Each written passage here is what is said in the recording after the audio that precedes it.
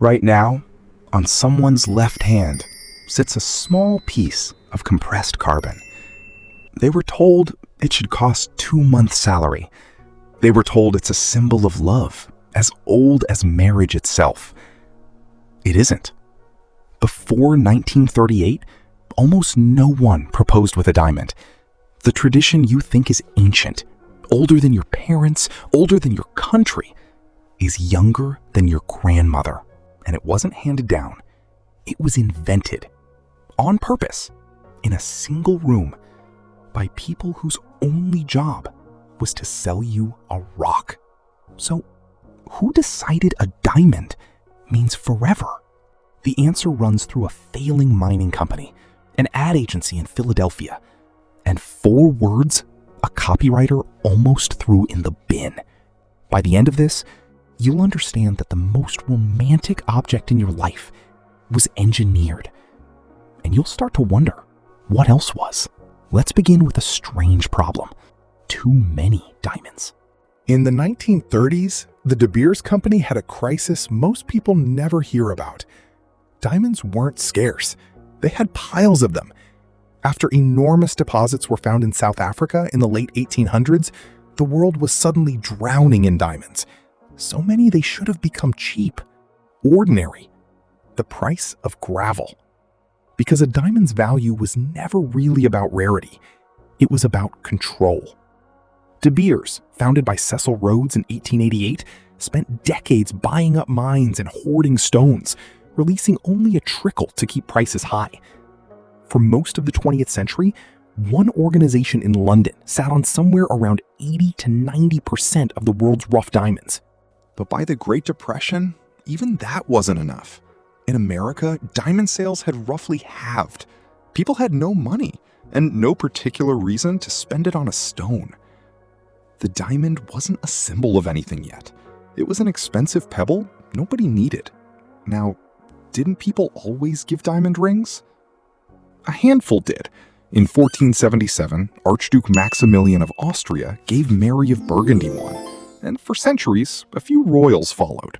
But that's the point, an elite curiosity, never a rule, never something an ordinary couple was expected to do. What had to be invented wasn't the diamond ring, it was the idea that it was for everyone. So in 1938, De Beers did something quietly radical. They stopped selling a product and started selling an idea. They hired an advertising agency called N.W. Ayer. And Ayer came back with a strategy that had almost nothing to do with diamonds. They weren't going to advertise a stone. They were going to advertise love itself and quietly staple the stone to it. The plan was patient and total. Ayer placed diamonds in Hollywood films and on the hands of movie stars, so audiences would tie them to glamour and romance. They fed newspapers and magazines stories about the diamonds worn by the wealthy and the royal. They sent lecturers into high schools, to talk to teenage girls about engagement and diamonds, years before anyone proposed to them. They weren't reacting to a tradition. They were building one. Headline by headline, film by film, classroom by classroom. Engineering a feeling and calling it forever. And in 1947, they found the words for it. A copywriter named Frances Garrity had worked the De Beers account for years. One night, tired, up against a deadline, she scratched a line at the bottom of a page, almost an afterthought, and nearly left it out. 4 words. A diamond is forever. It shouldn't have worked. Diamonds aren't forever. Nothing is. But that's not what the sentence was doing. Forever told you the ring must never be resold, never given up, never leave the family, which meant it would never re-enter the market, which meant the manufactured scarcity stayed intact. Every ring sold was a diamond that vanished from circulation for a lifetime. In one 4-word line, they'd fused a marriage and a business model. Your love and their supply chain. Decades later, Advertising Age named it the single greatest slogan of the 20th century. They weren't wrong. But here's where it stops being about a slogan and starts being about you. Because a feeling isn't enough to build an industry. You need rules, numbers people can obey. So, through the same agency, De Beers wrote them. How much should a man spend on a ring? There was no answer in nature, so they invented one. First, the guideline was 1 month's salary. Then, in later campaigns, it quietly became 2.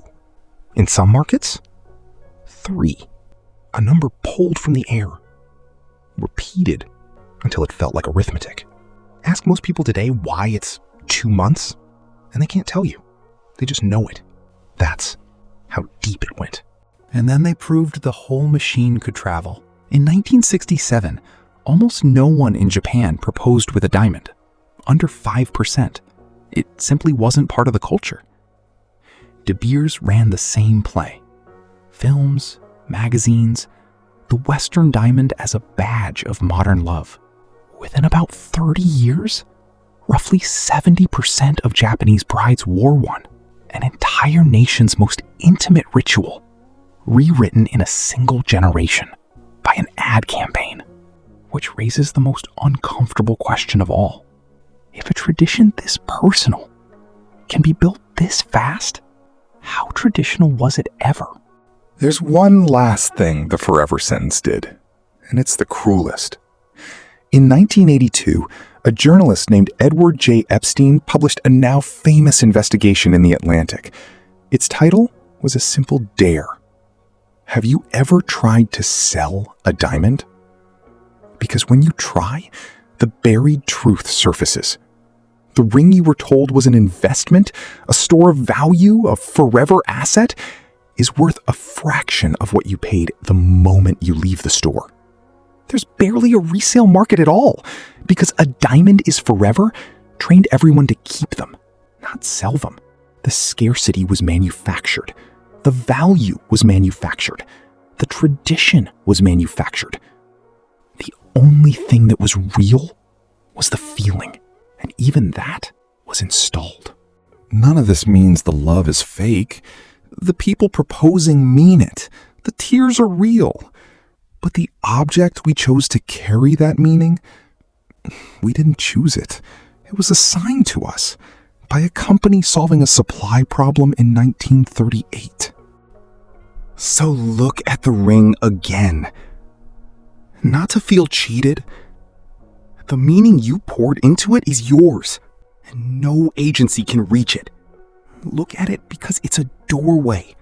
Because if the most sacred object in your life was quietly authored, the number you'd spend, the stone you'd pick, the word forever itself, then how many of the other rules you live by were authored too?